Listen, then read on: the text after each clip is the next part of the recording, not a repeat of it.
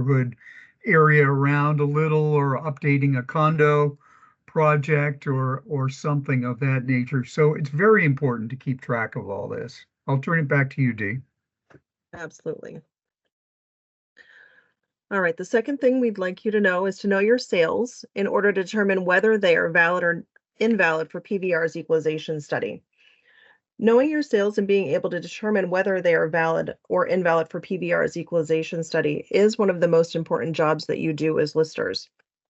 This is because the equalization study results will determine your education tax rates and whether you'll be required to do a reappraisal. Additionally, the sales will be in the current study in the next 2 years, or for the next 2 years, continuing their possibly negative influences. Towns should consider subscribing to NARIN or MLS. The cost is approximately $153 per quarter, and they can be reached by calling the 800 number in your course document. Anything to add there, Si? Yeah, we can't stress enough that we encourage you to use MLS, to subscribe to MLS. Um, if you're unfamiliar with it, it's going to give you all of the listings in your area. And I say in most areas, the Northeast Kingdom's a little different than the rest of the state, but like in my area, I live in White River Junction, almost everything goes through MLS. Um, it will give you the listing information. It will give you eventually what the closed price is. It'll give you descriptions and photographs, which are very useful if you haven't got into the properties. Um, it'll also give you the rundown on what's included in the sale. And in many of the vacation homes, what's included in the sale can be significant. It can be, if it's a place with stables, they may include feed for the horses. It may include horses, tractors, machinery, things of that sort. If it's a farm, it may include a lot of the machinery that's going to be described to you in MLS, and any of the recent improvements. Also, once it's closed, it's going to tell you what the concessions are, if there are concessions. So we highly recommend that you subscribe. If you need a little help, give us a call and we'll put you in touch with people that do have MLS, and they can describe just how important it is to them and how they subscribed. And that's about it for me, Dee. I would just say if you can convince your board of listers or your select board to spring for that subscription, being friends with your local realtors is a really good idea, because they will often give you some of that information without having to have that subscription. All right, moving on, we have the third item in your course document. And for those, I did notice that there was a comment in the chat. There was an email that went out yesterday afternoon that included the course documentation. So if you haven't had the opportunity to print that, I would go ahead and do that real quick if you can. And we won't be moving along too quickly.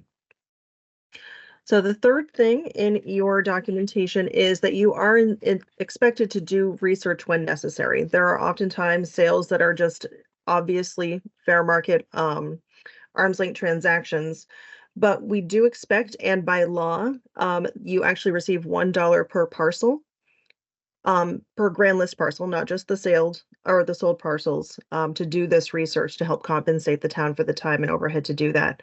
And you can find that language in 32 VSA 5405, which is also in your documentation. If you're looking for the statutory reference to support that. Do you have anything to add here about the research of sales?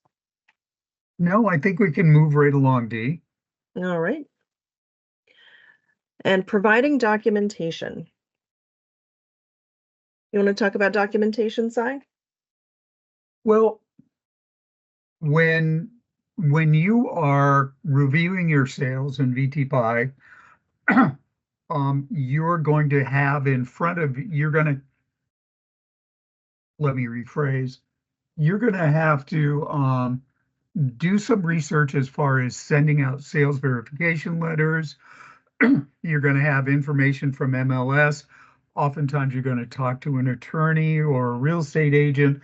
Um, those conversations become fewer and fewer as time goes by because everybody's getting their information online. But I encourage all of you to develop relationships with the local real estate brokers because they can provide you with invaluable information.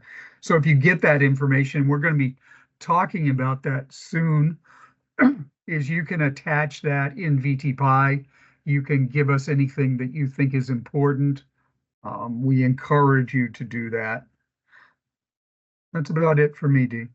All right, and I think we review some of the more specific types of documentation further on in the presentation as well, so stay tuned. Arm's length transactions. The validation process is designed to determine if the sale is an arm's length transaction, which is defined by the IAAO, or the International Association of Assessing Officials, as a sale between a willing buyer and a willing seller that are unrelated parties, each of whom is reasonably knowledgeable about market conditions and under no undue pressure to buy or sell. You have a couple comments about arm's length there, Cy? Yes, I do. Um, arm's length, and that's what this is all about. We want these to be arm's length transaction, the willing buyer, the willing seller, the oftentimes we will get comments regarding the sale, and someone will say, well, it's not exposed to the market. Well, that doesn't always indicate that it's not an arm's length transaction. It's always best to have it exposed to the entire market, but oftentimes we find that if people have equal bargaining power, that it is an arm's length transaction. And that's about all I have right there, Dee. All right. I would just say that arm's length transactions, the standard for those might be different depending on the market that you're in. For the more populated areas, Chittenden, Washington, Orange County, I find that almost every arm's length transaction has market exposure. My territory in the Northeast Kingdom, that isn't always the case. So folks that live in those more rural areas that have a lot of for sale by owner signs, along the road or, along the lake shore, trying to market it to folks who are out there kayaking, that does also qualify as market exposure. Would you agree, Cy? Most definitely. All right. I love it when we agree. And we've talked a little bit about sales verification letters. The state does often send out sales verification letters, one, if we don't have any comment from you that you've sent your own, or maybe you've gotten them back and they were kind of vague and you're looking for more information. Our sales verification letters do go out to both the buyer and the seller. If you do receive sales verification letters, we'll talk to you a little bit later in the segment about how to attach those into the VTPI program on the sale itself, so you can give us that information. Anything else there to add about sales verification letters, Cy? Do we want to review the letter that we have in our course material here? We sure do. It's coming up on the next slide. Okay. All right, here we go. Take it away. Well, this is kind of like the letter that we send out. And if you don't send out sales verification letters, I encourage you to do so. We'll be glad to provide you with a copy, so you can mark it up and change it to be appropriate to your area if you want to. Oftentimes, folks change these because they have specific circumstances that they need to know about. Let's say there's a condo project and there's going to be an assessment for roofs or exterior siding or fixing the parking lot or something like that. And somebody, when they buy the property, may have to shell out three, five, $10,000, whatever the case may be. And you want to know about that. So you can, and if you anticipate a lot of sales, in that project, you can include a question on here regarding those circumstances, and there are hundreds of things that folks can think of that they may want to add to that. We're going to ask the people that send the letter back to us. Obviously, we want them to let us know who the broker was, or and the phone number, because we may be getting back to them as listers and assessors and saying, we really need to know about the personal property that changed hands here, or boy, this has been on the market for a year. What happened? Things of that sort. We want to first of all, find out whether it is between family members or close friends, because we most likely don't want to consider those as valid sales. Was it a like kind exchange? Well, we oftentimes, in almost every case, will invalidate those. Was the property rented or leased? So somebody has rented a property for a couple years and a portion of their rent is going towards a sale price. Well, we don't want to consider that as a valid sale. Number four is if it's a budding property. This used to be somewhat difficult for us, particularly if we were new in an office, um, determining whether it's an abutter or not using Parcel Viewer or GIS in VTPy. It's very easy now. So we can just click on that. It'll take us directly to the parcel that we're looking at, and we can determine whether it's an abutter or not. And we find that, I know that I do, and I know that Christy does when we review these, we find a lot of abutters when we review this information after you've sent it to us. Um, so keep an eye on that and use the tools that are available to you. We also want to know whether it's a distress sale, whether it's a divorce, a court decree, whether it's financial hardships. Um, Oftentimes you will find that there is an 85-year-old woman that you know of, and you see that she has sold her house and the price is very low. Um, this is oftentimes people need to sell their house so they can move into assisted living. It often deserves a phone call by you to find out if that's the situation. Um, we want to know if back taxes were paid. Sometimes we can make adjustments for those, whether there were liens, things of that sort. Number seven is substantial changes to the property. And we're going to go into this in detail later on. But we want to know what those changes are because our assessment may not represent that the new barn was there or the new addition on the back of the house. We want to take that into consideration, whether it's an arm's length transaction, if whether we can adjust for something or whether we just have to throw it out. And we'll discuss what's appropriate later on in our presentation. Did the seller provide mortgage financing? So if there's seller financing is sometimes usual, it's expected. Oftentimes in the Northeast Kingdom, if you see tracts of land that are selling, the people don't want all that money at one time. They want to finance it. They usually finance it at market, sometimes at market rates. So we don't need to make an adjustment there. It's normal.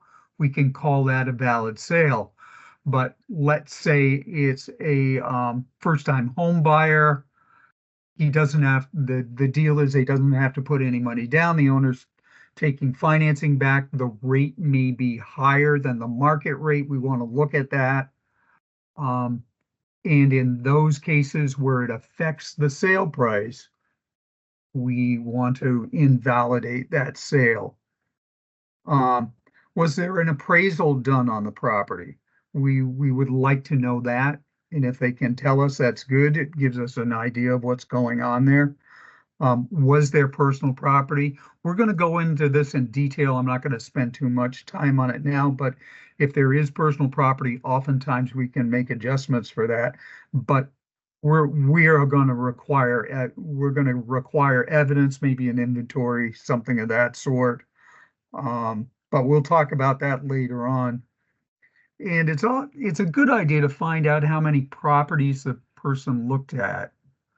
Did they just look at one? Did they look at a dozen, a couple dozen? It's often helpful information to whether the sale price was negotiated. Um, Another thing is, and it's not on this letter, but you probably want to add it to yours, is whether there are sales concessions, because we can adjust for seller sale concessions.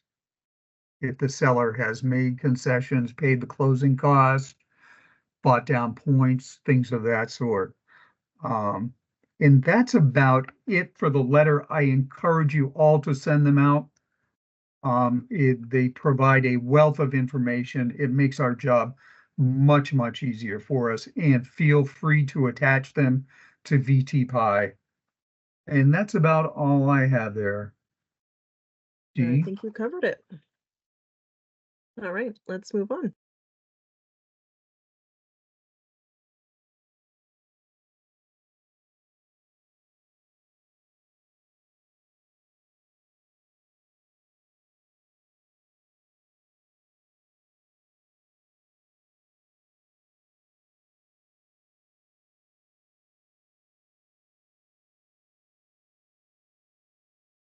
Are you there, Deanna? Dee, we can't hear you. I'm just blabbering away. Well, good. All right, thank you. All right, let me start over again since none of you got to hear that lovely speech I was making. So the listed value at the time of sale is the value that should be entered in the sales verification program because that is the value to which we're going to be comparing your sale price to get that ratio on each of your sales. The VTPI program will pre-fill that value for you, but it's really important for you to review it and confirm that it is correct. If you had just completed a reappraisal, the value should be changed to the new reappraised grand list value. Only in those reappraisal towns do we want those to reflect your current working grand list. Anything to add there, Si? You really do want to check them carefully because if it's close to filing grand list time, the town clerk may not get it right, and you want to make sure that you get it right. Hopefully we can catch all these, but I would recommend that you pay close attention to the listed value. All right. I know we're holding Deanna, it's Christy. Can I add Yeah. something there?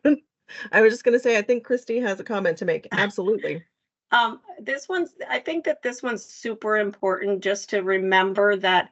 So for the sales that we're going to be doing now, we're looking at 2023 grand list, and it would be listed value and category at that time. So it's super important that we understand what we're comparing to. Okay, what was it at the time it sold? I think that's a great distinction. Thank you, Christy.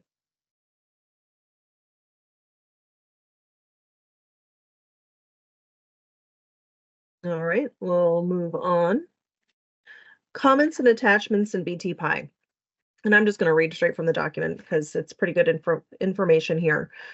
When completing the validation of sales in VTPI, please word your comments appropriately and have them correspond with the reason for removing the sale. Avoid cryptic comments and information unrelated to the reason why you are trying to remove the sale. Your comments may also contain reasons why you think the sale is actually fair market value and an arm's length transaction, particularly if it may appear otherwise.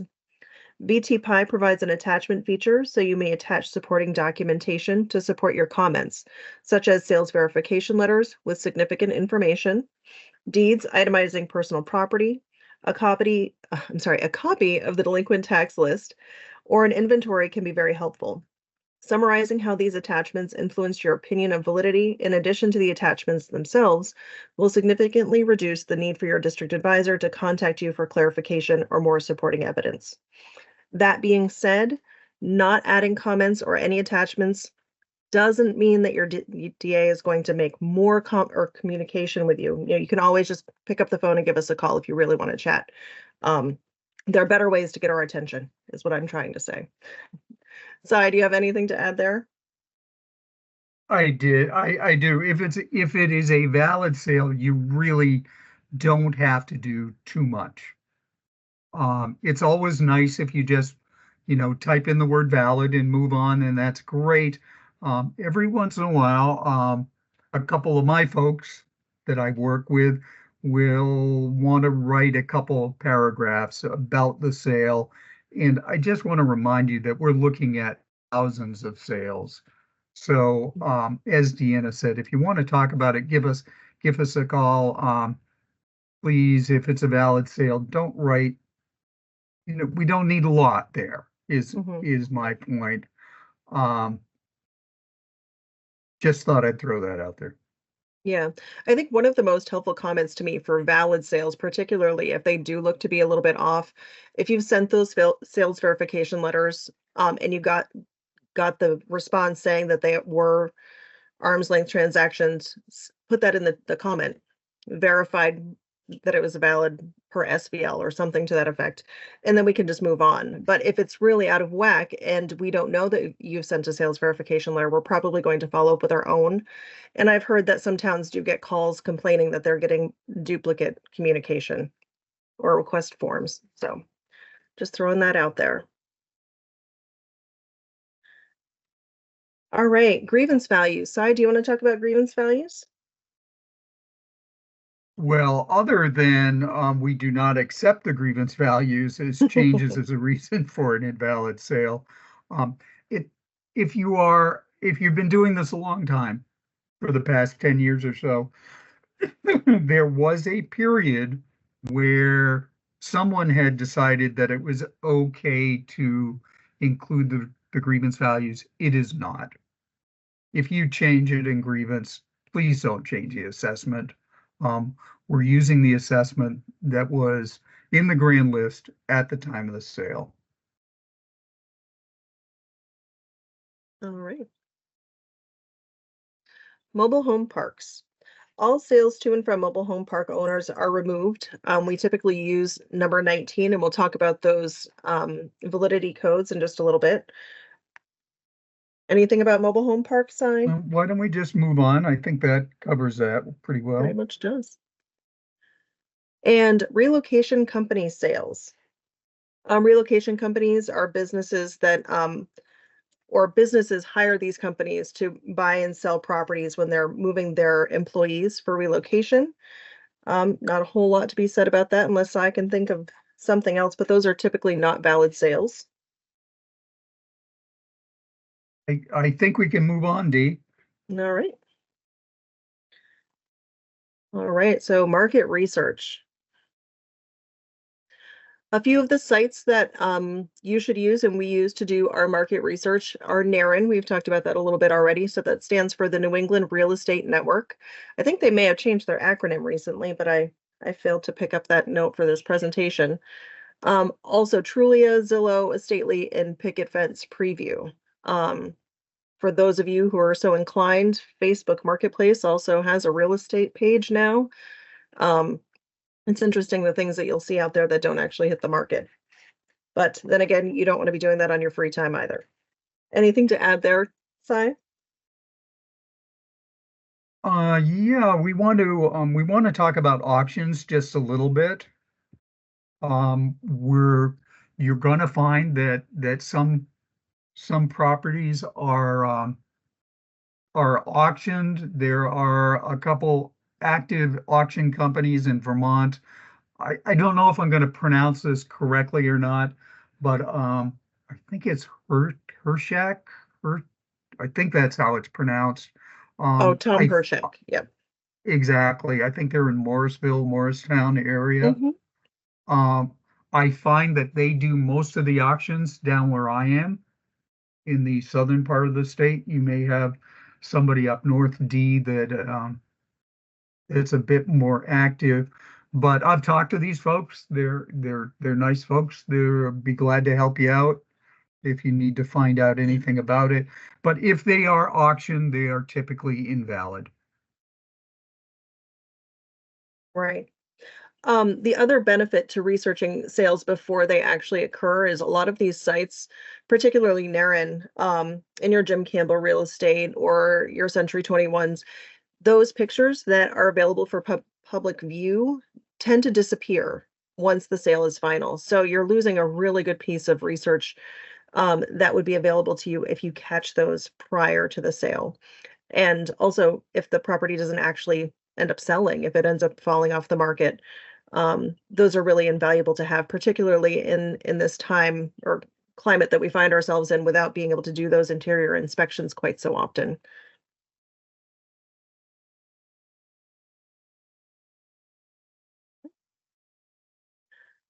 So valid sales.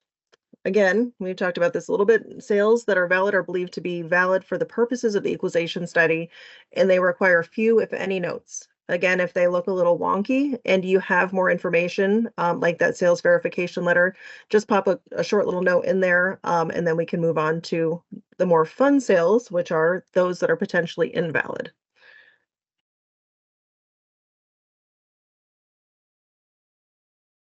So special circumstance codes 1 through 7 are typically eliminated before they hit your queue in BT Pi by virtue of whatever was entered on the PTTR, assuming that it was entered correctly by the attorney or paralegal who prepared it.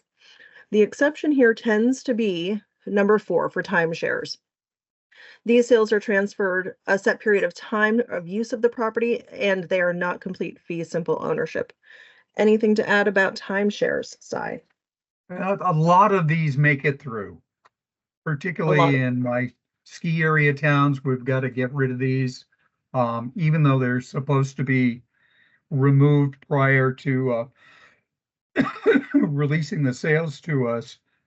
So watch out for these fractional ownerships. for sure. All right, family sales. We talked about this a little bit earlier, especially for buyers and sellers with different last names. It's really important that you give us their relationship, cousins, stepmothers, aunts, uncles, related by marriage, etc. Anything to add about families there? Well, and just the example that we have in here, all you have to do is give us grandparent to grandchild, father to son, parent to daughter, things of that sort. You don't have to write a lot. Just let us know, and particularly if the last names are different. It helps us out a great deal. Yeah, I've sent out a few sales verification letters because of mismatched last names, and they end up coming back as family. So definitely something to be wary of. Corporations and stockholders. Most states have a Secretary of State or equivalent website that you can look up these corporate names and ownership information. Vermont Secretary of State Business Inquiry website is located at this link, which if you had the PowerPoint would take you right there. But if you go to your document at the bottom of page 6, you'll have the full address there for you to utilize. And I don't see, no, we don't have a picture of that up there. Anything that you wanted to add about Well, corporations and we're going to be looking for relationships here. Whether it's the same principles, things of that sort. Obviously, we want those to be invalid sales. So it's important to check this out. You can go to their website. Sometimes you can just Google the LLC. Make sure you put Vermont after it, Mhm. and you can find those pretty quickly. That's it for me, Dee. All right. Number 10, this is one is a little bit loaded. So we have auctions, foreclosures, bank properties, liquidation, tax sales, sheriff sales, bankruptcy, receiverships, dissolution, or liquidation sales. Documentation might include a printed auction notice, deed pages mentioning foreclosure, delinquent tax history prior to sale, PTTR wording, marketing or MLS wording that indicates liquidation, or a town sales verification letter stating a liquidation situation. Anything to add here, Si? Well, we often find that short sales fall into this category. It's Hmm. very hard to tell if it's a short sale. Um, Always good to call people up if you suspect that it might be. Um, Talk to the broker. Sometimes you can talk to the attorneys, they'll let you know. But it's every once in a while we have them and they're hard to find and just do the best you can there. Sure. And this wording example that I've just presented on the screen is probably making Cy cringe a little bit. It's a bit wordy, but some comments might need a little bit of length here. So liquidation, seller was under financial duress and could not afford to keep the property. Delinquent tax report for the past 2 years is available. Or you could include it with that attachment so they don't have to ask for it.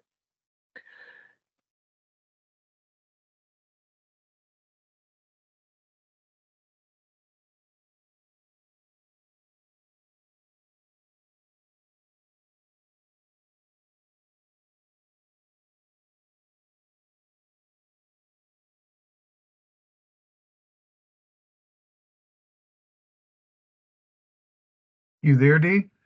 Did you mute yourself again, Dee?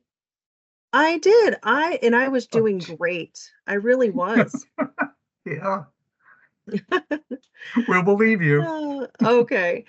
Um, so I was just reading through these examples here, and reiterating that where it says available for viewing, so auction sale, copy of auction notice available for viewing, you can just go ahead and attach those.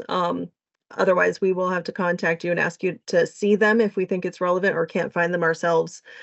Bank foreclosure per deed, PTTR wording, or sale in lieu of foreclosure. And one thing I always like to reiterate for folks is that if your board of listers or your assessor's office is not in the habit of taking a look at the land records in their entirety, not just the deeds that come through to your office, you're probably missing out on some good information. Wastewater permits, complaints of foreclosure that would let you know that certain properties and their owners might be in some duress. So that's always good information to have. It's a really good idea to get into that vault a couple of times a year and just thumb through those deeds. Or if you have digitized land records in your town, asking the clerk if you can have access to those would be very invaluable.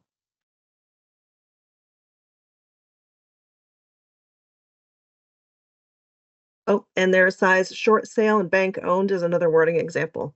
That one's short and concise. Cy would really like those. Right, and again, MLS has it noted whether they are bank-owned properties or not. So there's another reason to subscribe to MLS. All right, let's talk about some estate sales. Sales by and to guardians, trustees, executors, and administrators should often, but not always, be labeled as invalid. If you aren't sure, send out those town sales verification letters and/or request that we send them as well. Just to note, estate sales are not immediately invalid and must show true duress. If exposed, calling the realtor is often helpful. Anything to add there, Cy? Oh, I do. Most of us are in small towns. We need every valid sale that we can get. We really want it. We just don't want to look at it and say, well, it's sold by an executor, it's an invalid sale. Well, that's really not always true. We want to look for clues. And first of all, now that we have VT it's so much easier for us because we can arrange those sales by ratio.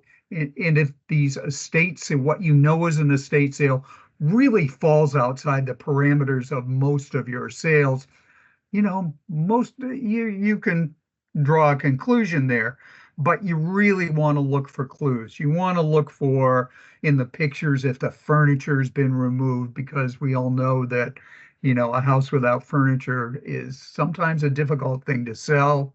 You want to look in MLS if there were multiple names. There are five siblings that are involved in the deal. It may deserve a call to the broker to find out whether maybe they didn't want to keep the house through the winter. They wanted to sell it by October because they first of all didn't want to pay the taxes, second of all didn't want to pay to heat the house, so they may have let it go for a bit less, but it always deserves a call. Let us know what your reasoning is, whatever evidence you have, just attach it. It's so easy to do with VT now. I encourage you to do that, but really look for the clues that tell you whether, it's an estate sale and it's selling for something significantly less than other similar properties. That's about all I have there, Dee. All right. So then we'll move on to government sales. So these are sales to or from the US government, state of Vermont, or any political subdivision of Vermont. These will not be included in your study as valid. That's pretty self-explanatory. You all set there, Si? I am. All right. Charitable, religious, and benevolent. This can include churches, religious organizations, and not-for-profit organizations. To check on Vermont organizations' business structure to determine whether it's for profit, you can go to that Secretary of State's business inquiry line that we talked about just a moment ago. The web address is in your document, and you're going to specifically look for domestic nonprofit corporation. Anything extra to add there, Si? No, I think we've covered it there. A wording example here is the buyer is a domestic nonprofit per Vermont Secretary of State's website. There you go. Unusual financing. There are some good examples we have here. So these are sales where the financing significantly affects the sale price. Cash financing or owner financing may not necessarily invalidate a sale. Some wording examples we have are 100% seller financing at 20% interest for 45 years per the town SBL from seller. So 100% financing is not really typical anymore. Banks typically want a percent down, 20%, even in this particular market, is excessive. And a 45-year term is also not typical. A 1031 exchange or an investment property swap. Si, do you want to talk about that for a little bit? Oh, well, we'll often find that we have 1031 exchanges. We want to invalidate those. They are a trade. Somebody may have a 3-family house that they want to trade for a 2-family house in another town, a 3-family house in another town, something of that sort. But we want to invalidate that. Unusual financing is sometimes difficult because there are going to be times where it's going to be a valid sale. And just let me give you one example, and that is someone is selling a property and they're selling it for market value, but they are providing financing, and there may be reasons why they're providing financing. Now, they may have other investments and big capital gains that year, and they don't want to add that to this. They don't want to add that to the list of capital gains that they have to pay high income tax on, and they may want to spread out. They want to provide the financing so they can spread out their gain there. So it's just because it's financing, you don't want to automatically invalidate it. Seller financing, you want to do a little research, and again, please attach anything that you think is appropriate in VT And that's it for me, Dee. All right, well, I'm going to poke some questions here.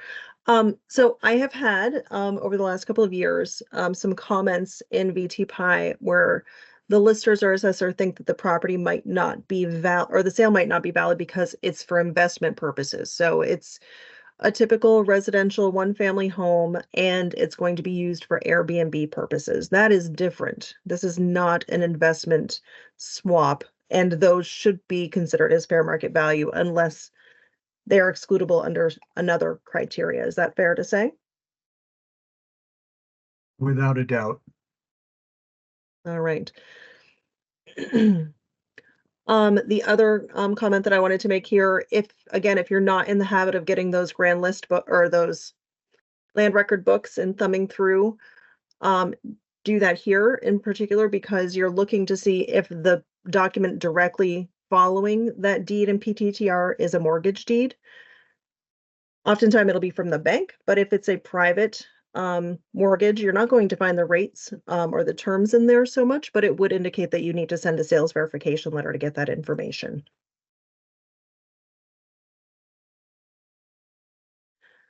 All right, so partial interest. This is not the same thing as a subdivision.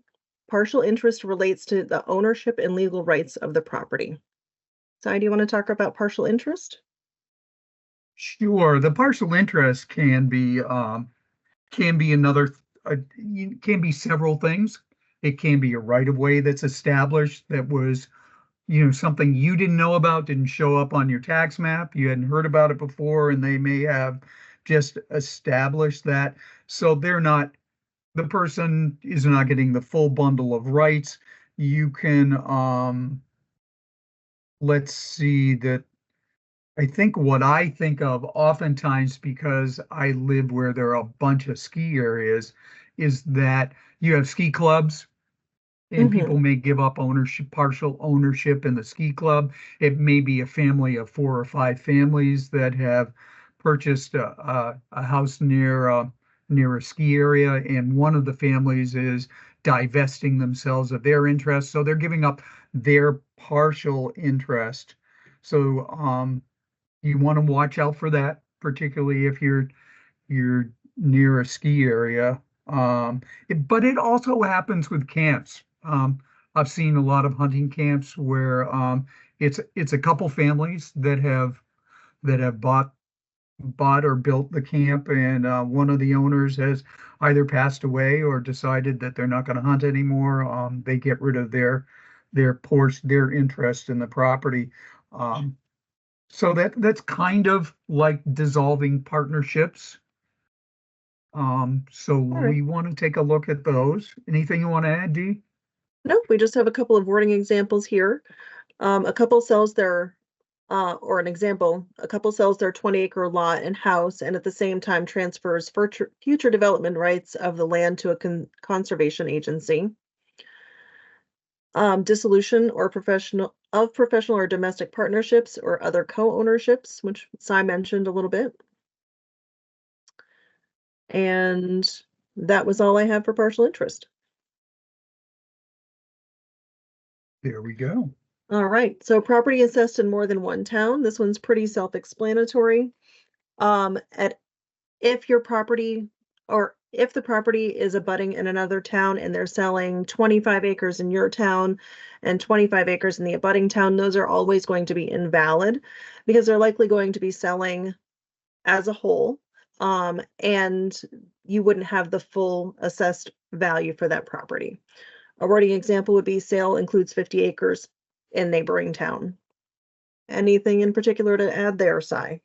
Well, I'm going to say this and I'm laughing as I say it, but if you find yourself with free time, which you probably don't have very much of, one of those projects that you can do is go to your neighboring town. Call up the lister there. I want to get together. I'm going to bring my tax map over, or we can bring it up online, whatever the case may be. And let's go over the properties that are along the border so we can establish who owns properties in other towns. It's a worthwhile project. I know you don't have a lot of free time, but it's something to consider doing. Yeah, and it really does help in not just the sales verification piece of your job, but also in the valuation. Because if you have a 100-acre parcel that's subdivided by a town boundary, you do want to take into consideration in most time or most often the value of or the acres in the other town so that you're getting the right value per acre.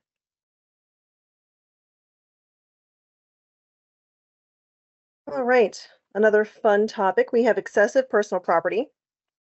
This requires documentation such as an amount stated on the PTTR, Some examples of this evidence are a copy of a deed that itemizes the personal property included in the sale.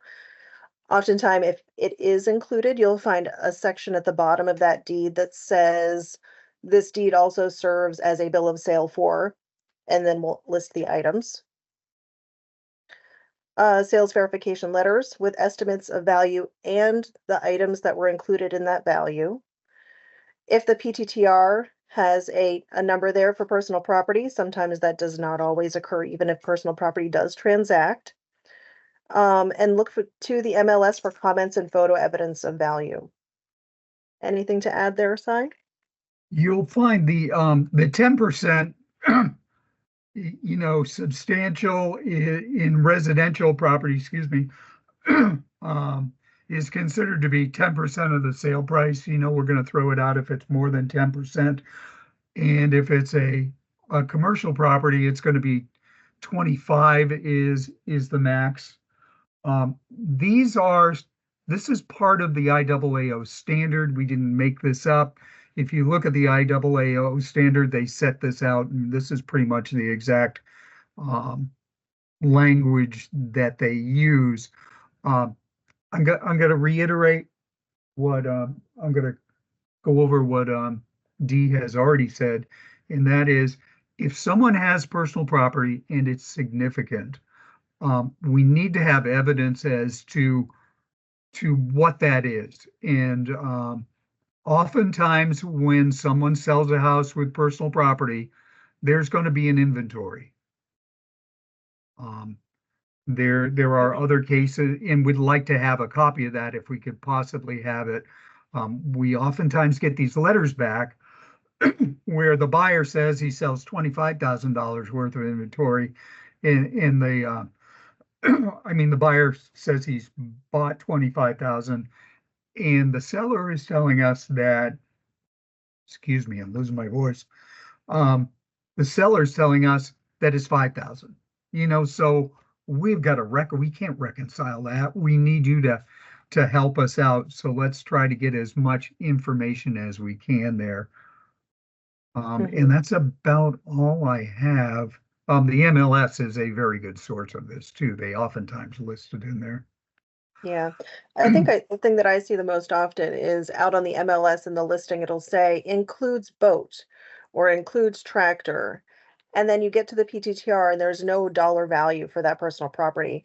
And my understanding is that the reason that realtors don't list those as personal property or itemize them out on the PTTR is that if they do that, it's more difficult, if not impossible, for those buyers to get financing for those items that are being transacted with the property. So if you do see that in an MLS listing, or you happen to know that the boat went with a nice camp on the lake, it really is very important that you either contact that buyer, seller, the realtor, or do that sales verification letter to get that dollar value.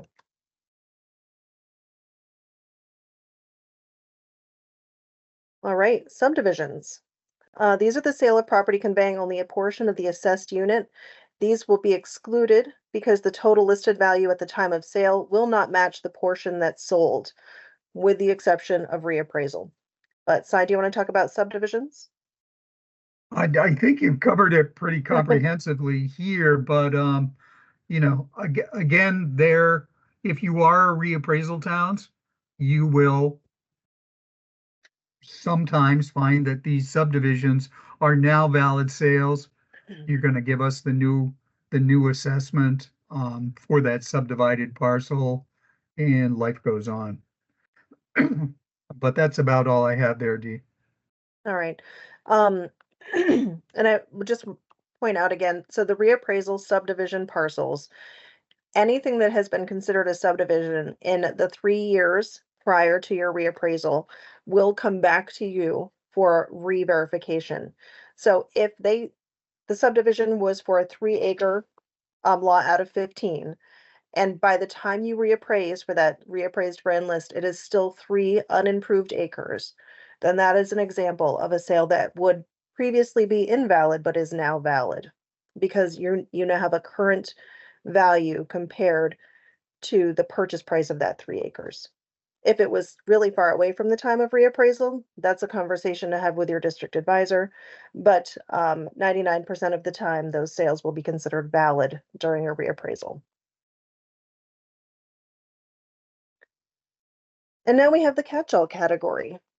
So the other category, or number 19, should be used for atypical situations where none of the other categories are appropriate.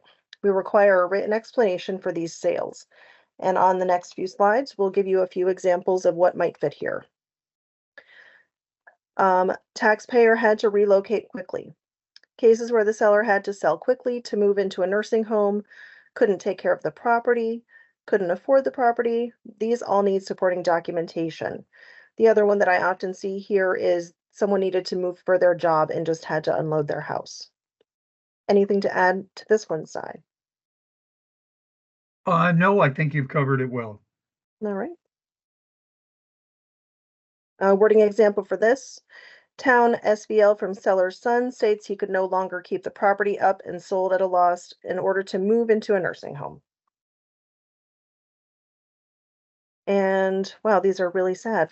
Seller was in her 90s and could no longer live alone or afford the taxes. She was on the delinquent tax report for the last 2 years. Close friends. These are typically with no marketing, is another type of sale that would go under the number 19 exclusion code. Please give us details regarding how you are aware of the situation and be prepared to provide documentation. Oops, anything to add on close friends, Si? No, no. No. Okay. It's funny what you read on these letters though, because It, you'll get one that says, "Oh yes, we're best friends," and sold it to me at the discount, and yeah, the seller tells you something completely different. and these close friends can in the comments do get a little convoluted, as I said. Something that I see often is that we're purchasing a home that is next to a childhood friend, or they had a close familial tie with a family and wanted to buy that property. So might not necessarily be family, but there was a reason that that buyer was interested in that particular property and not another.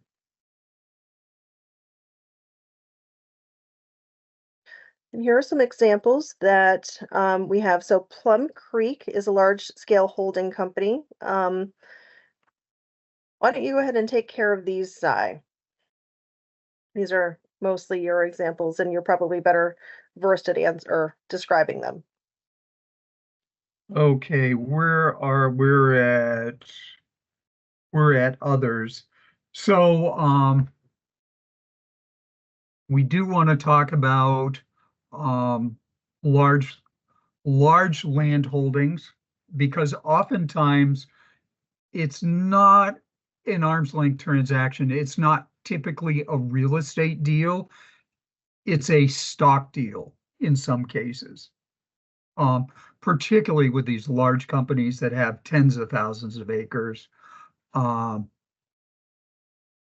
it may be a large corporation, a pension fund. We want to be careful of multi-parcel sales. A couple of years ago, one of the owners of a lot of convenience store gas stations in Vermont divested themselves of their gas stations in Vermont. Um, and another company bought most of them.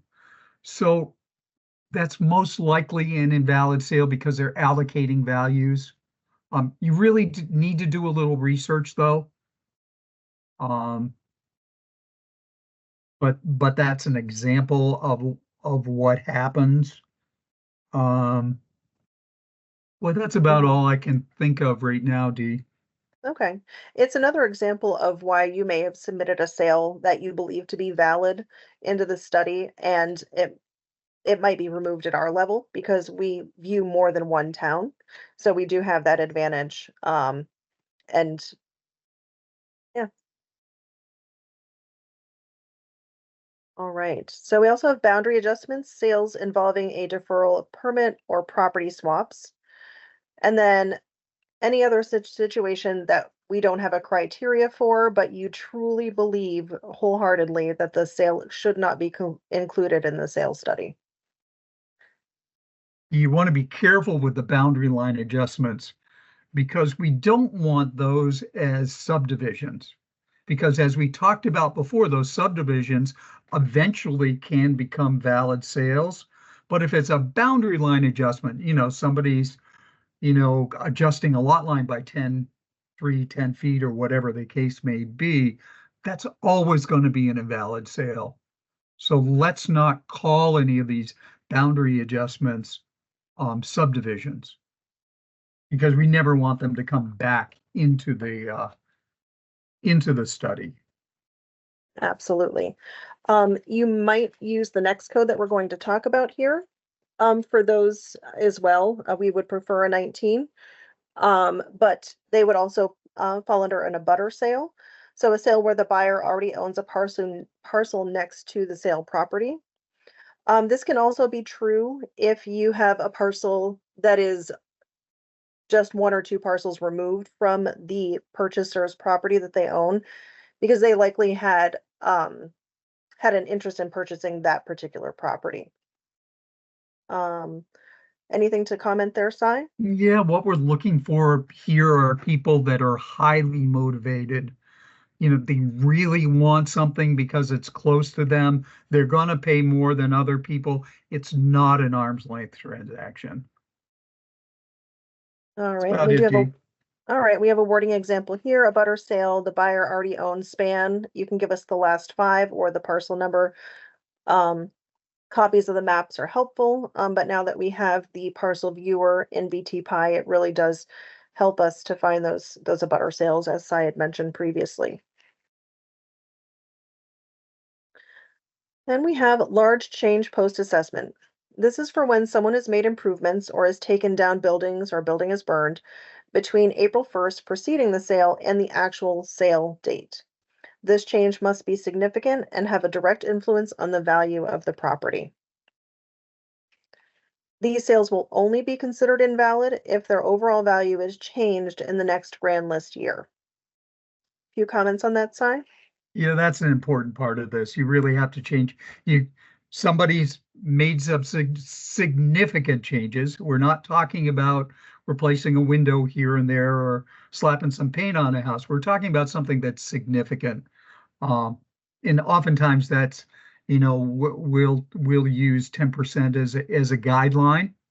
Not always, but as a guideline, we will do that. Um, but you're telling me that it's changed. I want to know that you recognize that change and adjusted to your grand list because sometimes they tell us, the towns will tell us, oh, they made a big change to this house. And then I look at their new grand list and nothing's changed. And that's not best practices. That's For not sure. best practices. Um, I just wanted to make a comment now because we're getting very close to the end of our portion here is that as an appraiser and assessor, I know this is really dry for you guys and it's tough to make us, I'm not as entertaining as Chris Mealy is, but this is this is important stuff. This is the foundation of what we do. We need to know that we're using valid sales and we need them because it's going to affect our educational tax rate. We need them because we're going to be doing reappraisals and it's going to be our foundation for our land schedules. It's what our time and location, it's going to help us do our time and location factors. We get these things wrong and everything's wrong. We really need to have a good foundation for our estimates of value, and this is where it starts. And to me as an appraiser, this is the most interesting part. You get to be a little of a detective. You get to talk to a lot of people. Um, I hate to see people just pick up the list, start go flipping through the PTTRs and, make their changes in NIMRIC and do whatever else they have to do. And they say, oh, that's it. I don't need to do any more. But, we want to wait for the letters to come back to us so we can make adjustments. And we really want to talk to people. Can't stress that enough. Absolutely. All right, I think the only other side that we have is a couple of wording examples for those large change post assessments. Purchase price includes 1,000 square foot addition added before the sale, but after April 1, the new listed value is X. And property at the time of sale was listed as 70% complete and it sold at 100% complete. The new listed value is X. And that concludes our segment of the class. And I think that I've seen quite a few comments or questions come up in the chat. So before we take a break, why don't we address some of those questions? And certainly if more come up over the break, we can answer any additional before we hand things over to Pat Santoso. Okay, Teresa? Deanna, I did answer the majority of them, or Christy did, in the chat. So I don't know how you want me to handle those. Well, Um, Christy or Teresa, do you think any of those are significant or important enough where we just want to bring it to the attention of everybody that's listening? I think you might want to talk about how they find out about personal property and that kind of thing, Teresa. Maybe just read through those. Okay. Now let's see. Bear with me here. So I think the first one, Susan had indicated, correct, personal property is usually transacted outside of the real estate sale because banks won't finance that, or, excuse me, the personal property is listed as having no value in the transaction. Let's see, she said, when I'm explaining a partial acreage sale, I refer the PID of the mother property. I'm not sure if if that was with that same personal property information. If they are buying the inventory of the house, a list is made and a dollar amount listed by the seller or agreed upon by the buyer and the seller. And Susan is just saying, she's saying this because she is a realtor. Marcy is saying, sometimes it's in the deed. I contact the purchaser for the sales agreement, which generally lists items. One comment that I did see in chat, Teresa, is asking whether or not buyers and sellers actually return those sales verification letters. And you did answer that yes, they typically do return them. You always Yes. have some that are not returned, but because they are sent to the buyer and seller, we usually get at least one back.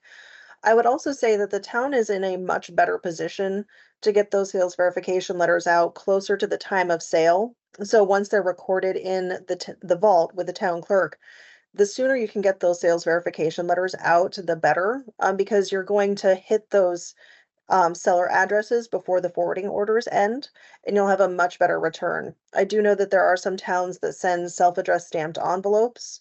That can get expensive if you don't have a lot of return. But just something to consider, doing those closer to the time of sale and not when you're sitting down to actually do the transfer in your grand list. Very good point, Dee. Right. I think that was it, unless Christy, did you see any others we should reference? No, my answer to the personal property section was just about that they're supposed to, by law, declare personal property on the PTTR. However, so I'd start there, and if they don't do that, then what we're going to be looking for from you is the sales verification form to show two things.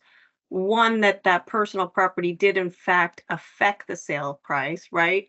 If it's little things or things that typically go with a sale in the market, like your refrigerator and your stove, we're not worried about those kind of things because that's typical market. But what we're looking for is evidence that one, it affected the sale price, and two, that both parties agree on what the amount of that personal property was. oftentimes we'll have forms that might say somebody thinks it's worth 20,000 and the other thinks it's worth 5,000. So because we can't reconcile, we really can't account for that. So that's what we're going to be looking for. So that's where those sales verification forms really come in valuable. And I think we've had a question about an auction house in Windham County. Si, do you have that name? Well, as I said, it's Thomas Perchak in Morrisville does most of the auctions that I come across. Maybe if any of the assessors listers in Windham County know of other ones, they could put it in the chat for.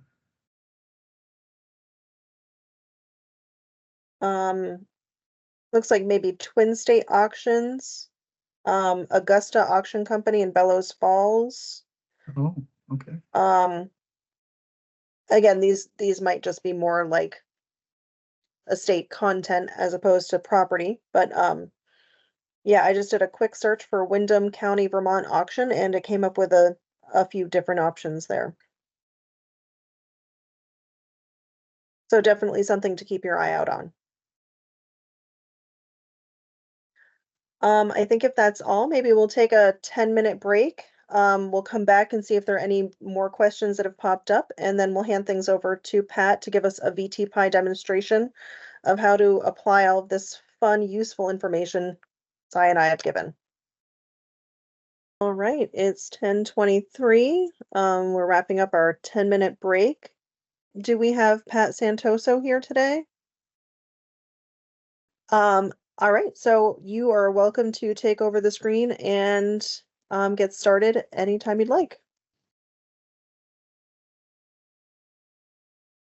So we're going to talk about sales validation today, and we're going to do a live demo in VT Pi. We're going to talk about what to do in non-reappraisal towns as well as reappraisal towns. So if you are in a reappraisal town, your ratio study will use your reappraised values.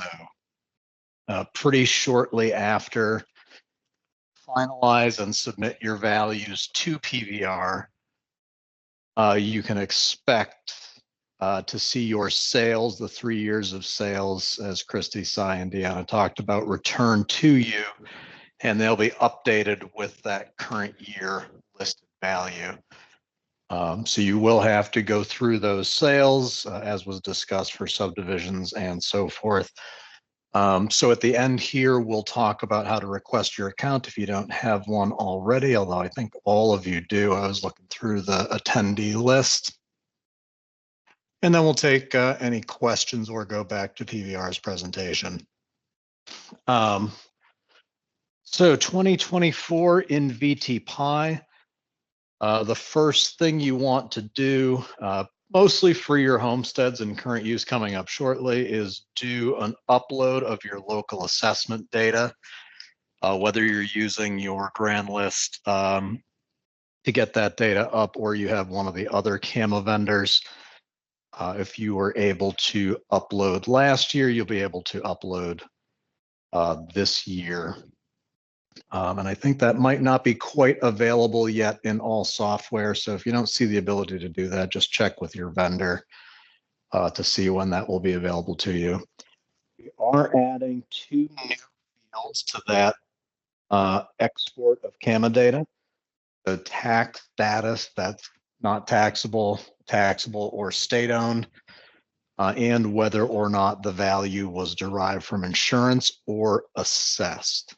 So those are for those exempt properties. The CAMA vendors are planning on having this in place by the end of the quarter, so end of March. You do not have to wait for that to be in place to upload. We can take the uploads in either fashion, but generating your grand list does require that tax status indicator so that we don't include those taxable parcels in your 411.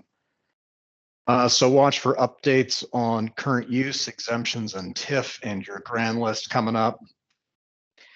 And we're working really hard now on phase 3 to two major efforts following right on the heels of exemptions and TIFs are generating your grand list and billing in VT-Pi. And again, nothing has changed about billing. You can use whichever billing system you choose, just as you did last year. All right, so you have your equalization study here on your homepage of VT-Pi, and you're just going to verify your sales information as we've been talking about all morning.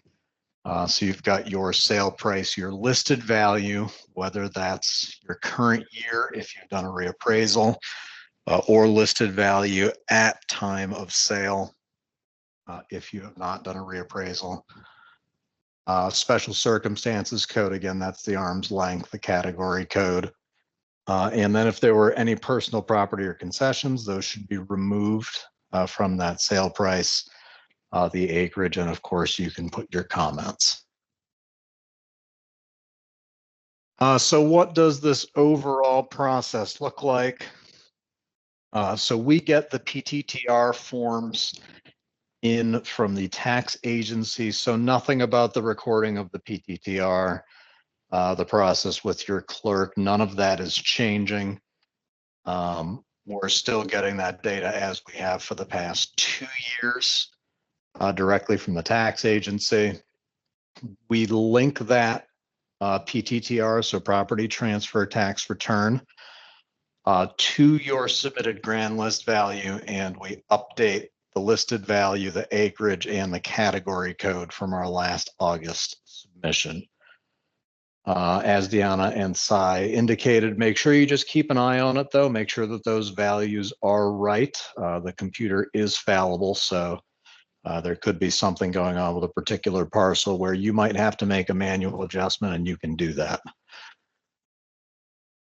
So then we have our two verification steps. We have your local verifications. This is where you provide information about the sale. And then we have our state verification. This is where your district advisor reviews the sales and might send you back questions and so forth.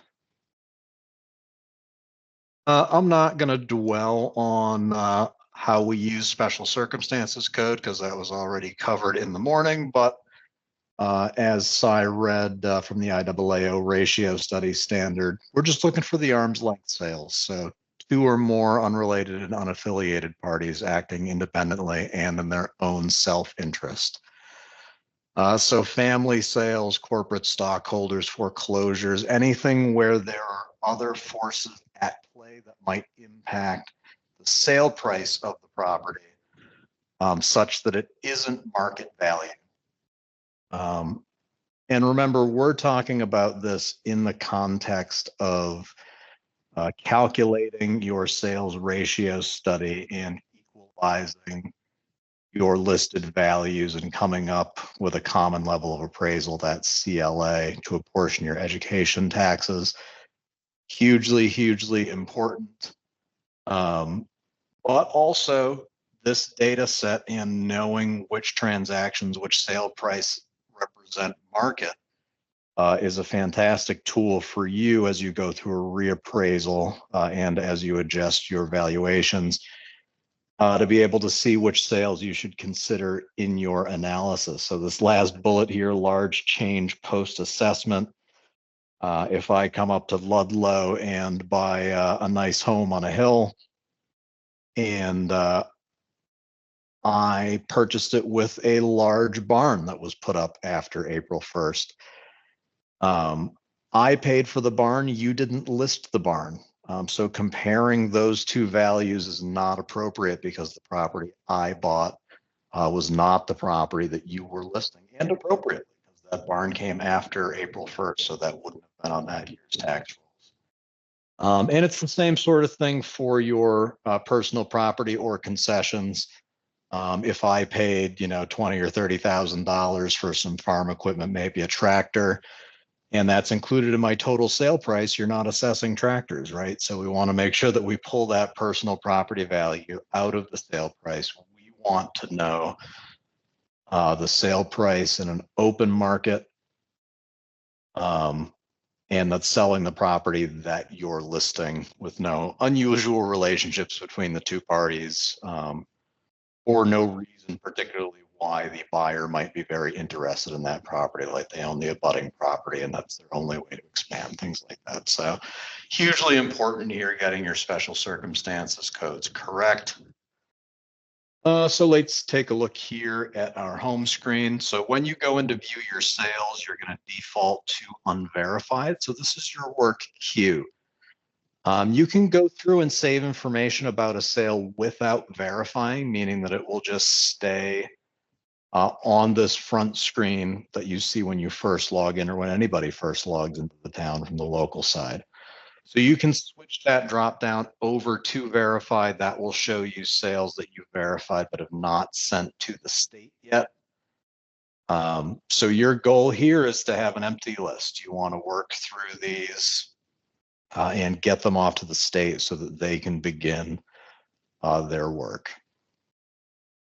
We also have integrated questions here. So you might run through your 50 sales, validate them all, send them off to the state. And you might get an email and 5 of them might show right back up with questions from your district advisor. So if that happens, hop in and I'll show you in the application how you answer those questions. And then your DA can get back to their sales validation. So they might show back up, but you can just go in, answer any questions that there might be, and send them right back to the state so we can proceed. So in our last column here, we have our spans. You'll notice the second to last one doesn't have a span. This means that when the PTTR came in, we couldn't find the span that was listed in the grand list that we have. Pat, you're fading in and out, your voice. Oh, am I? I'm sorry about that. It's okay. Let me just check my audio here.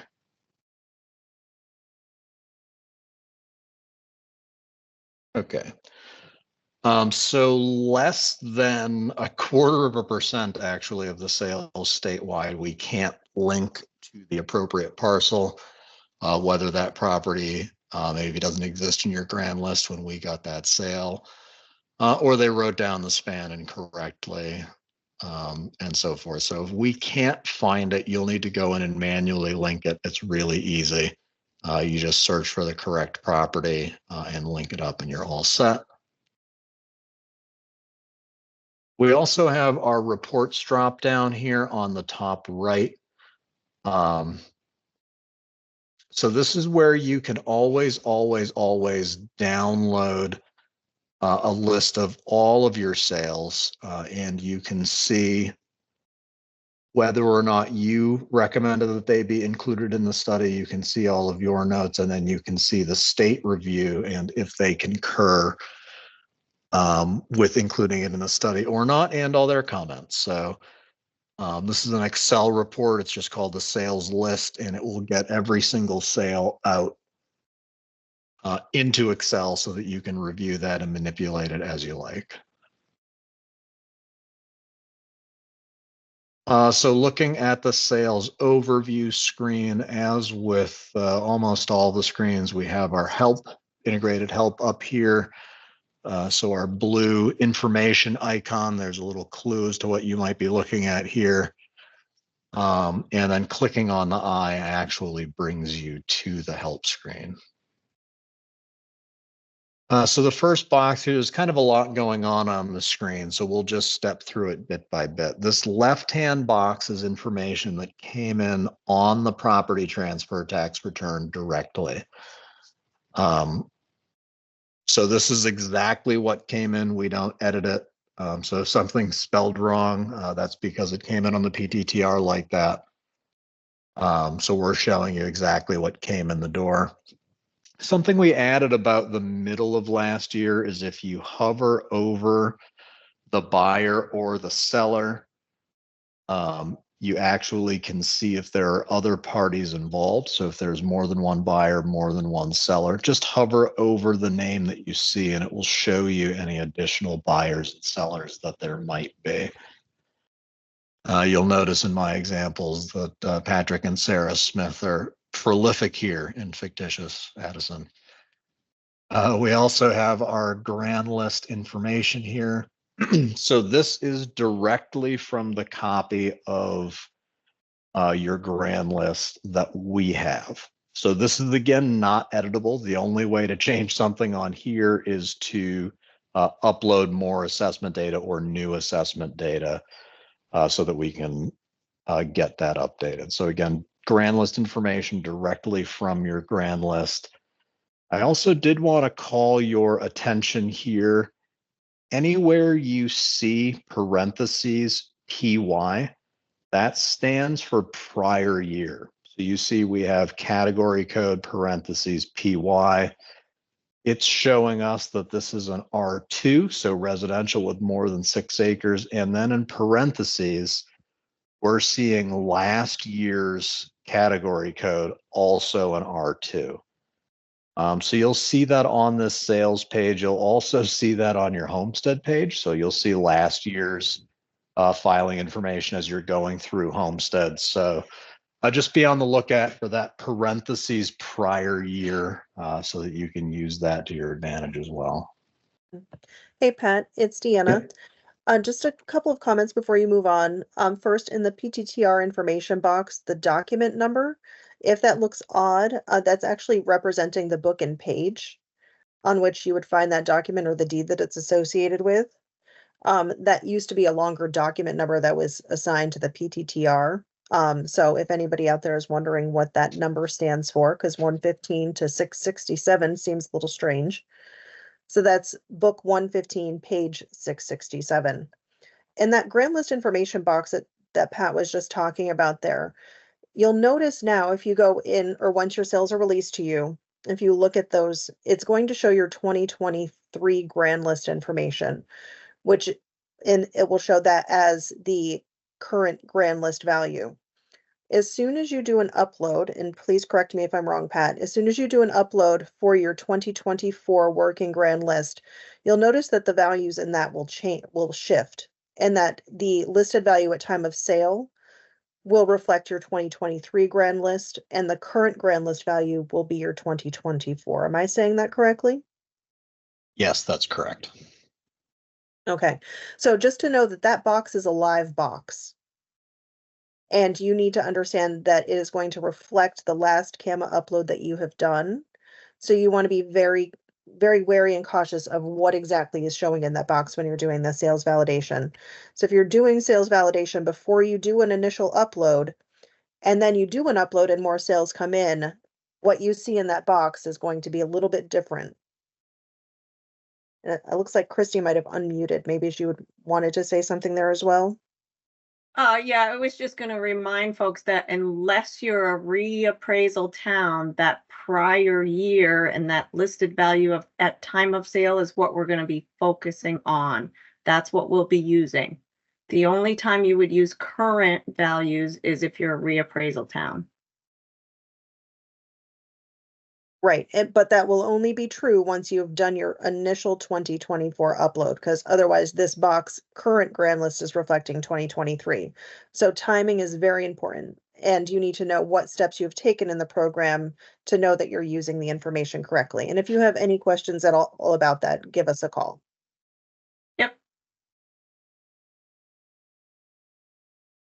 Okay, anything else? Pat? I think I think the only question that I'm seeing asked a little bit is when are we going to see the sales?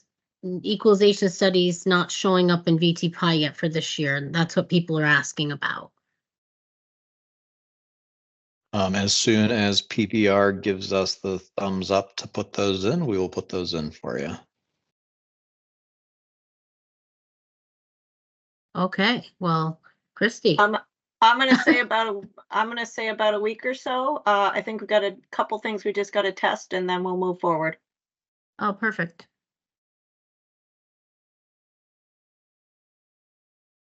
Okay, anything else?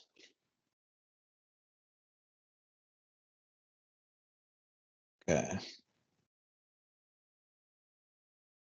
All right, so now looking at the verification side of the world. So here we have all the information that came in from the property transfer tax return. So our sale price, our listed values, category code, et cetera, as well as our total sale price, personal property and concessions. Our next column over is our lister edit.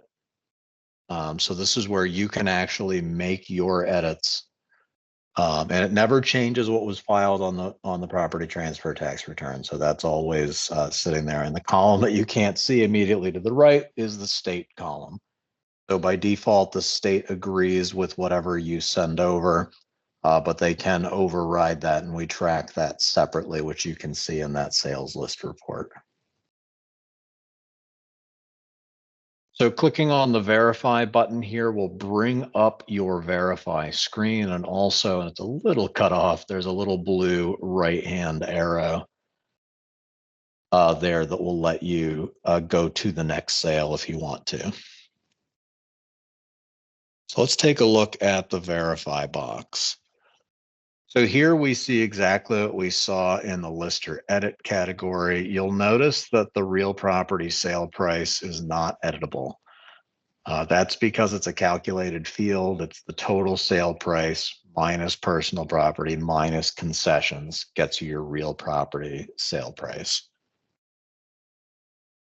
Down at the bottom here, we have whether or not you want to include it. So your special circumstances code and then your category code. So you can override your category if it didn't come in correctly.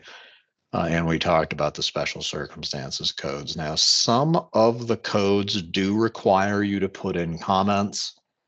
So like was discussed a little bit earlier, if it's a family sale, what's the relation, particularly if the last names don't match up, if it's an abutter sale, what's the abutting property span number, et cetera. So it'll prompt you for more information. You can also just put comments here, as Cy and Deanna talked about, just to give your DA a little bit more info about why you're not excluding a sale, perhaps. So just a couple things we've talked about before, but I wanted to call attention to. We have the current grand list value and the listed value at time of sale. So we've discussed when those would be used, but this is where you can override them if you need to. And again, current values used for reappraisal towns. Everybody else will be using the listed value at the time of sale, but you do have both of them there available. And then we discussed how your total sale price is converted into your real property sale price just by removing any personal property or concessions. And actually, I didn't highlight it there, but you'll Pat, notice you have a, oh, yeah. sorry, I just wanted to make sure we were going back to the screen, but I can let you finish. Yep, I know where Deanna was going to go. So you have a save button here that you can use as well. So if you just want to put in some comments, but you don't want to verify the sale, which means you will have to come back later and verify the sale. You can do that. So remember, if you save a sale, it'll save all the information. It's not going to verify it. So it's going to be in your main queue. So you'll have to come in whenever you're ready and verify it and then release it to the state. Was that Yeah. what you were going for, Deanna? That was one of two things I was going for. Yes, I'd absolutely encourage you to use the save button. As a board of listers, quite often you don't have all three of you or even two of you in the office at the same time. And you might want to get started on your sales verification process. This save button allows you to get in there, make the value edits if necessary, select a circumstance code, type in some preliminary notes. And if you hit save, then that sale is still there for you to review with your other listers or for them to go in and take a look at when they have time. Because as a board of listers, you should be doing these things, with a quorum. So that save button, because once you hit verify, then it leaves your view and you can't get that sale back unless you request it back. either from support at VTPI or from your district advisor. So use that save button if you're in those situations, or you just want to take the time to double check something that you've entered. The other thing that I wanted to mention here is the category code. This category code, even if you know that it happened to be incorrect in your grand list, say this parcel was really an S2 and was incorrectly in your last grand list as an R2, we need this to say what it was at the time of sale, not what it is in your current grand list or corrected. And those are the two things I wanted to mention. Okay. So going on here, once you have verified your sale, you're going to have a submit button. So submitting actually sends the sale to the state and takes it out of your control. So you can go in and verify a sale and then come back to it later, as long as you haven't submitted it to the state. If you've submitted it to the state, it's off in their hands. And as Deanna said, your district advisor or our support line can get that back for you.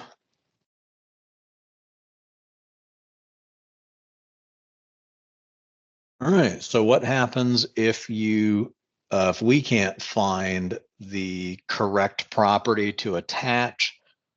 Well, you'll notice I have no verify button here, and it's telling me to please attach the sale property on the properties tab. So clicking on that or clicking the properties tab will bring you to pretty much the same place. This is where you can go in and pick the property that's the correct property, and using that information from the PTTR is probably the easiest.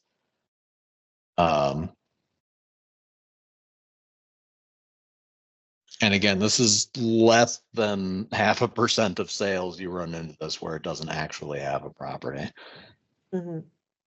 One thing that we like to mention here, Pat, is that in the event that we're talking about a subdivision, and that might be why the span number wasn't attached, if you are not a reappraisal town, we want you to utilize the span number of the parent parcel. That way, when that grand list information box in the bottom left shows you that there were 100 acres, the PTTR information on the left-hand side will show that they only sold 10 acres.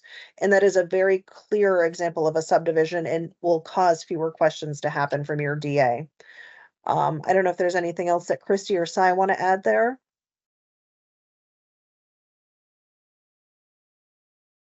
No, I think you got it. No, you're fine. All right. Okay. So then finally, just releasing your sales to PVR. So if you verify them, you can use your top left drop down to see your verified sales. And I don't think we mentioned the reference number there, the first column. That's just an arbitrary number assigned with the sales. So it's meant to just be a little bit easier than trying to say the book and page or the buyer and seller. You just say, I'm looking at sale one, just for ease of communication. So if you verified but not sent it to the state, you can use this drop down to see verified. Or clicking release here will send all of your verified sales off to the state at once, and then this table will become empty, which is what you want. You want that all to be sent off to PVR. So with that, I'm going to do a live demonstration here, and bear with me for just 1 second. Okay. So just a quick orientation here. We have our modules. We have some information about what's inside of each module shown here, so we can see when the last time our assessment upload was processed. If we have any homestead declarations, and all of these are how many you've done over how many are total. So this looks good. This is done. We have nothing to do. Sales verification, however, we need to make a little bit of progress. So you can use this kind of right-hand section of the home screen to get some information on what your tasks will be. You also have your year drop down here. So now we have some years to look at. So you can go back and look at previous year's information. And it's just going to be there for you. You do have your ratio studies available in the prior year for you as well. I'll show you where you find those, although I think everybody's already found them. So I'm going to go into my equalization study. I've got sales verification and ratio studies. So if our ratio study was finalized, number one, we would see final right here. And then if we went into ratio studies here, we would see a ratio study. We don't because it's not finalized yet. We haven't validated our sales. So this is where you can get at that information, your CLA, the individual studies, all of that stuff.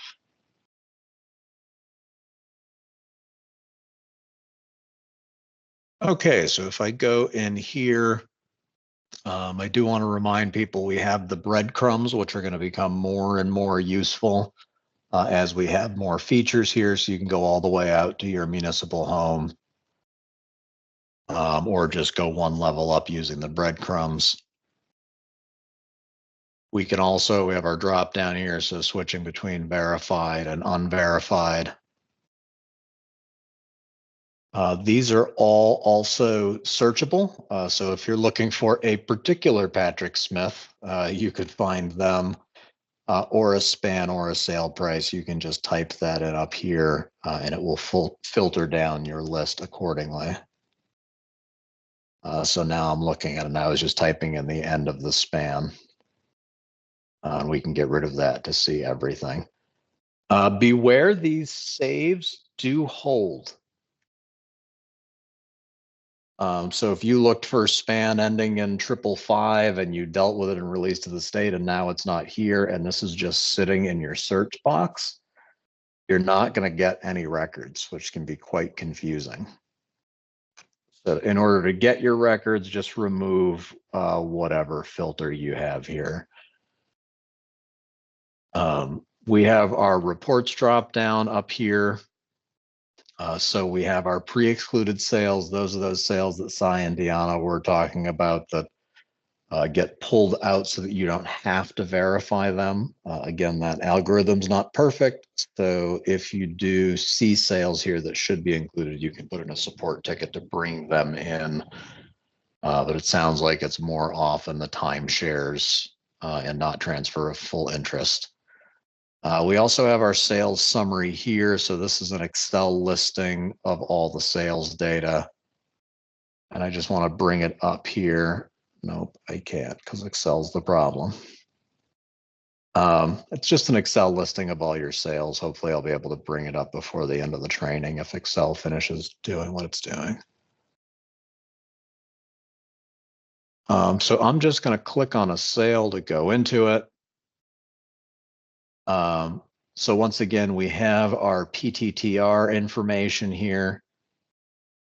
You can see that if you hover over, this is the cadre of Sarah Smiths buying this. So this is showing me the other buyers and sellers. We've got our document number. We've got our reference number. We also have this toggle to make PVR send a sales verification letter for you. So flipping the switch, these go out on Tuesdays. So this will go out one to the number one buyer and one to the number one seller. And then we'll come back to the state. So again, our PTTR, our grand list, and then this is what we're actually verifying. And we have a highlight here because something is different. So if you have changed something from what was reported on the PTTR, it shows up as highlighted. It's the same thing in the states column. If they override something, they can see that they've changed it from what it started with, which is your value. So we have our Hey, Pat. property. Yeah. Just before you go forward, I want to just comment on the state sending the letters. Obviously, when you're looking at the sales and deciding whether it's valid, not valid, or you need additional information, it's prior to when you see this sales study. And just reiterating the fact that the sooner you can get those letters out, we can have, the data back, and you can attach your letters here in VTPI. So while we can certainly send letters, it's probably best practice, if you can, to get the letters out earlier rather than later. Yep, thanks, Teresa. So moving up here to our tabs, we have our property tab. So this is where we can remove a property and add a new property to the sale if we need to, or just add a property to a sale.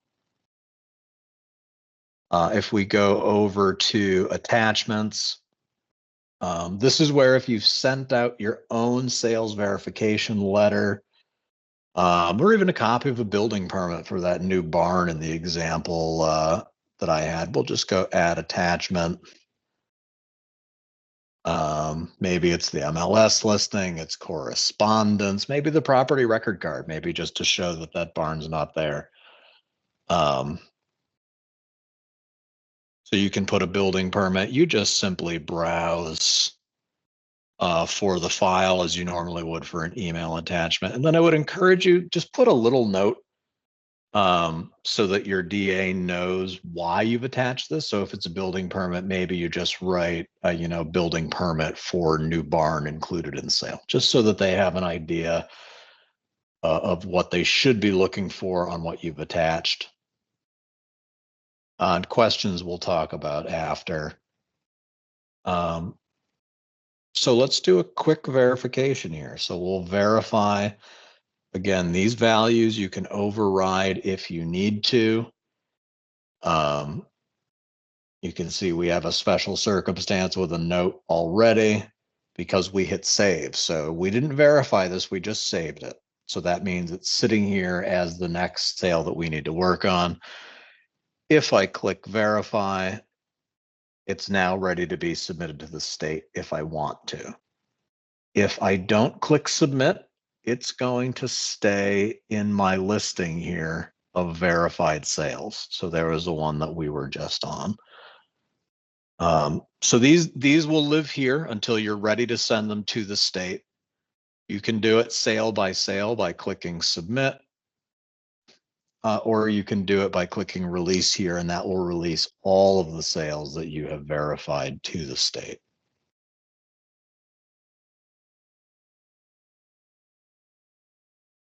So here's one of our sales without a property. So all we need to do is attach the correct property.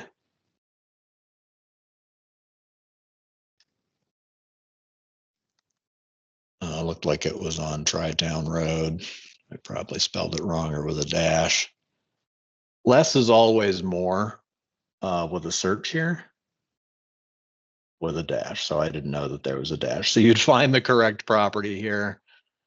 And notice I typed in Tri-Town Road. It was almost correct aside from that dash, which made nothing come back. So if you're having trouble finding the property you're looking for, use less in that search and you should have some luck.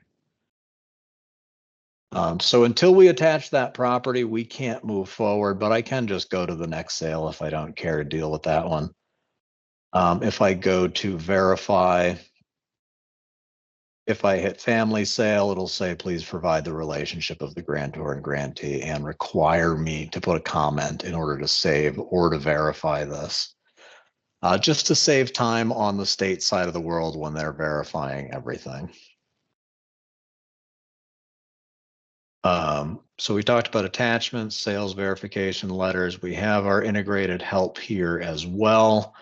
And again, clicking on that eye icon will take you directly to an article here for you.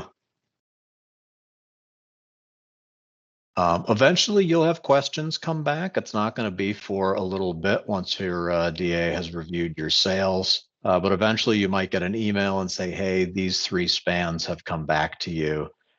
You have questions available in the app. And it's just a message board. It's exactly like the support interface, if any of you have used that. So your DA might just ask for usually substantiation on why you don't think that the sale should be used. Do you have a sales questionnaire? you said that they were related, they don't have the same last name, what's the relation, et cetera. So just substantiation. And these questions move forward in time. So when we roll the sales forward to next year, the questions come with it. So all that good information about the sale does come with that. Pat, I just wanted to comment, and I think you did say it, but just to reiterate, that properties tab is to be used if the span is missing altogether, but also if it needs to be corrected, if they accidentally use the wrong span, because that question has come up in the chat. Yep. So if this span is wrong, as Deanna said, you just go over here.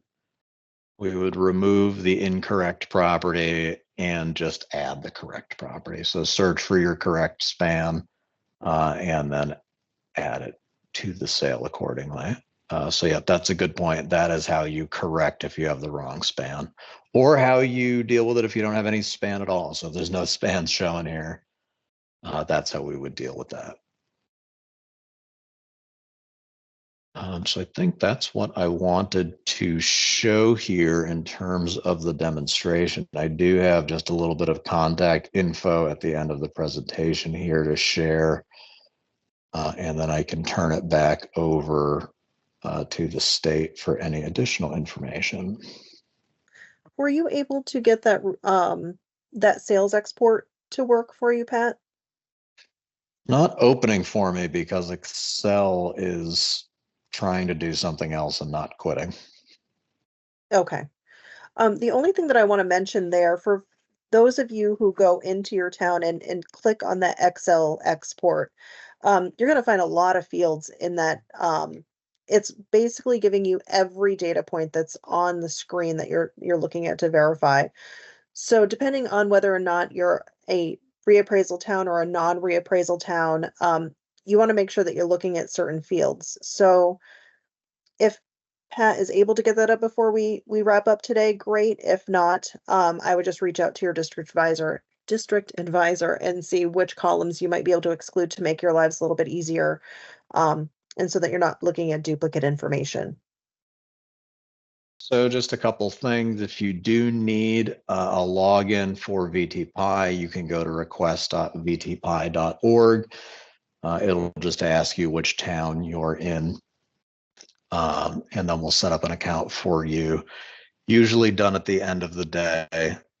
If you're a contractor, just have the town send in a note requesting that we give you access to their town. And we'll activate it accordingly. You'll get an email from support@axiomnh.com with an activation link. You'll have to pick your 3 security questions, your father's maiden name, school mascot, all that fun stuff.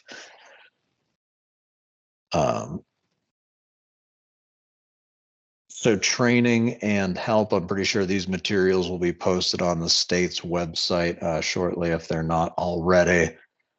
We have those help materials we saw integrated throughout the application.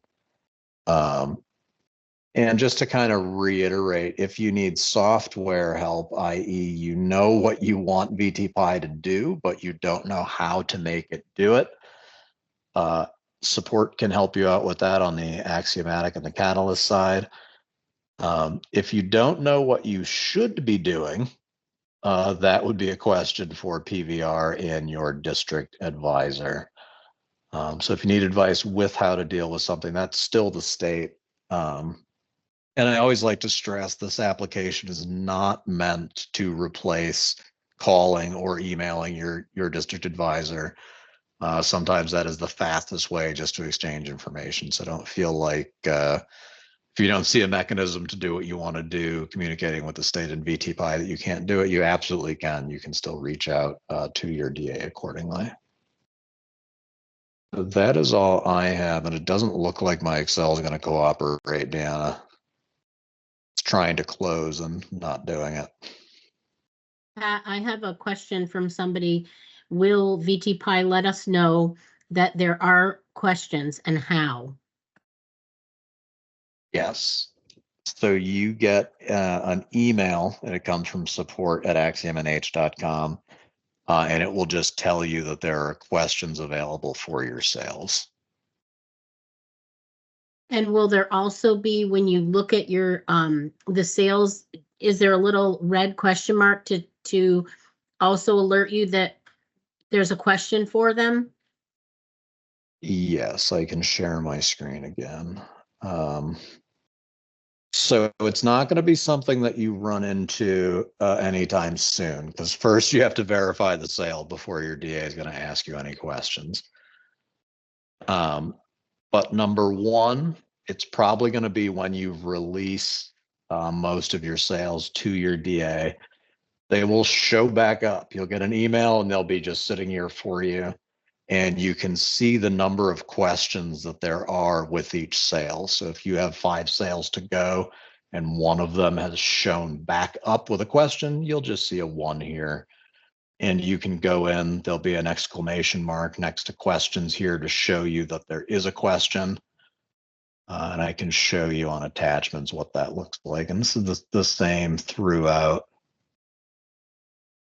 There's that Excel document that won't open for me.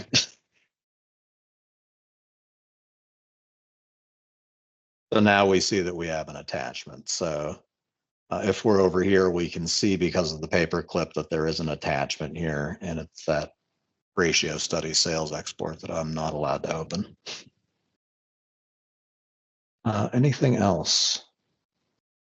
I'm not seeing anything else. Teresa, are you? No, I'm not seeing anything else. Susan had asked a question, where do we verify the sales numbers if they are highlighted? But I think, we need a little more explanation on that. So I think what she's talking about there is that when there is no property attached, those fields zero out and then they become highlighted. So then once you attach a property, those fields would be filled in. You still want to double check and make sure that those values are correct. Is that fair, Pat? Yep. And it's really just there to show you that something's different. It's there for the same reason for you as for the state. So I can just show you an example here. So this is what came in on the property transfer tax return. This is what we as the listers went in and verified. So everything is the same. If I go in and change something,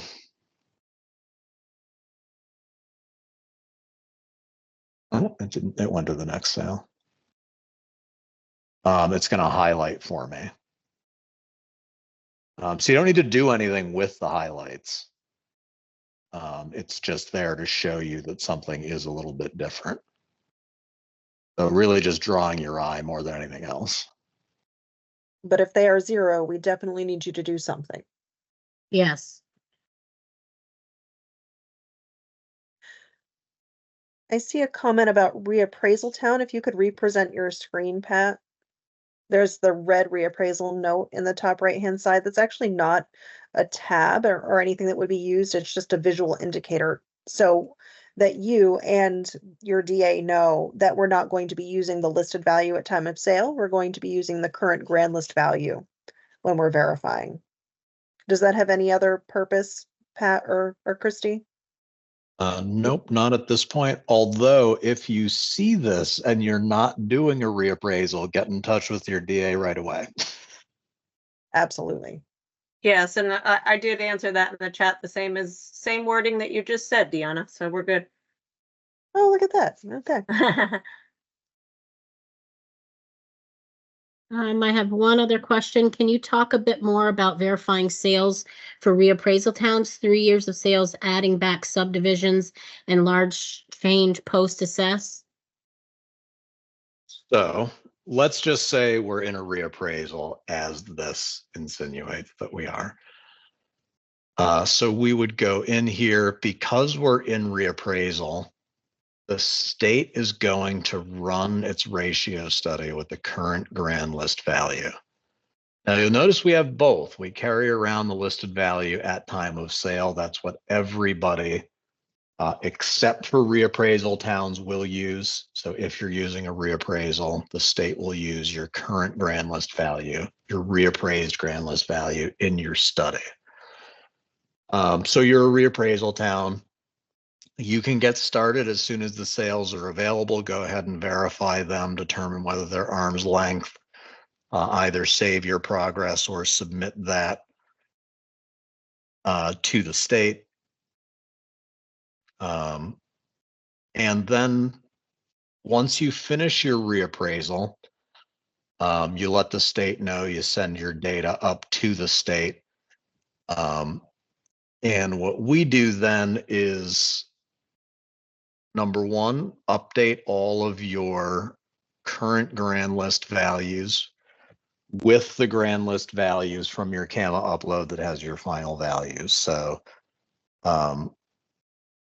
once you're done with your appraisal, get us those values, upload your final CAMA, and we'll get those current year listed values changed for you. The second piece is, let's say we're all done, right? If I go to unverified, there'd be none. I'll just release so that we have none. So you come in, you're like, oh, yay, it's all good. But you finished your reappraisal and you've submitted everything to the state. You can expect to see sales come back from the prior 2 years that you have to take a look at. They'll already have the current year assessment. And it's not all of the sales. That being said, if there is something that happened between when you didn't want to include the sale and this year, you can talk to your DA about including it. But these are things like the example to begin with was a subdivision.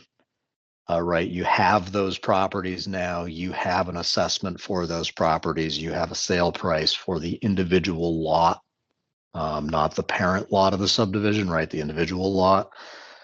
The other ones that come back are large change post assessment. So that barn, Pat buying his barn in Ludlow,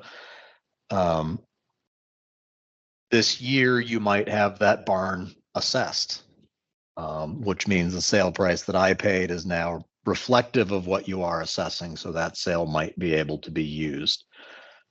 So selected sales come back to you. You have to go through and review them just to make sure that they shouldn't be included in this year's study. And Christy, Dion, I'll let you add any details to what folks should be looking for there that I missed. Sure. So I would say that standard procedure would be not to return sales that were abutter sales, that were family sales, unusual financing, because those things aren't going to change regardless of the year. If you think that you have new information on any of those and they were coded incorrectly, just get in touch with your district advisor to have that conversation and see if they really do need to be added back into the equalization study. And while you can go in and do current year sales in those reappraisal towns, as someone mentioned in the chat, shouldn't we wait until the new values are loaded? I personally would, because I would want to see what the grand list that CAMA upload is superimposing. Between now and the lodging of your grand list and the end of your grievance process that happens in a reappraisal town could be, as late as July in some cases. So you don't know if you're doing something right now, if that valuation might change a little bit. There might be just a little bit of a change. So if you're going to do it now, I would say save it. That way you're going to be prompted to go back in and take another look at it. If you do submit them and you're comfortable with that, there's no harm in that, except that those values will be updated in the background and you won't have seen them. Christy, do you have anything to add there? Or Sai? Yeah, I was just going to add, pay particular attention if you're a reappraisal town to those subdivisions. So those are the ones that you previously coded 18, and look to see if in fact it's still just a piece of land, right? Because now you've had a new opportunity with the reappraisal to value that land under the new reappraisal. So it may now become usable. So 10 acres was sold out of 50. You have a new value on the 10 acres. We can take that, provided they didn't add extra things and then change it again. So we're always looking at a snapshot in time, and now your snapshot becomes your reappraisal. Does it reflect what sold at that time? Okay, so same scenario with the 21s, like Pat's example, there was a barn. Now you had an opportunity to add that to your new value, and it's now the same thing as what sold. Is it apples to apples with what sold and my new value? That's what we're looking at. And I think you've got to be really particular with those older sales because those 21s will go the opposite way, right? So now I'm reappraising and they've taken things down or something that might have been in a 2021 sale and are no longer there. We've got to be particularly akin to what we're appraising versus what was there in those older sales. So I would just caution you to really pay attention to 18s and 21s to come up in reappraisals, if that makes sense. Does to me, Christy. Okay, I got one. Shoot, I had something and I lost it because I saw Teresa unmute. Well, I just was Oh. going to comment on Mimi, what Mimi had said. Yeah. Before you go there, I just want to reiterate, in a reappraisal year, you will never, ever use a special circumstance code of 18. It's either going to be valid or it's going to be invalid for another reason, but there will be no consideration of subdivision as a reason for invalidity in a reappraisal year. So please keep that in mind. I think that's a great point. It either becomes a 21 because they added something, right? They built a house subsequently, or we take the new value as what it is for that separate piece of land. Okay. And now for Mimi's suggestion, Teresa, if you want to read that, I think it's a great one. Mimi is suggesting it would be nice to have a specific reappraisal and VT Pi class for towns going through reappraisal this year to cover all the new concepts and data entry points of VT Pi.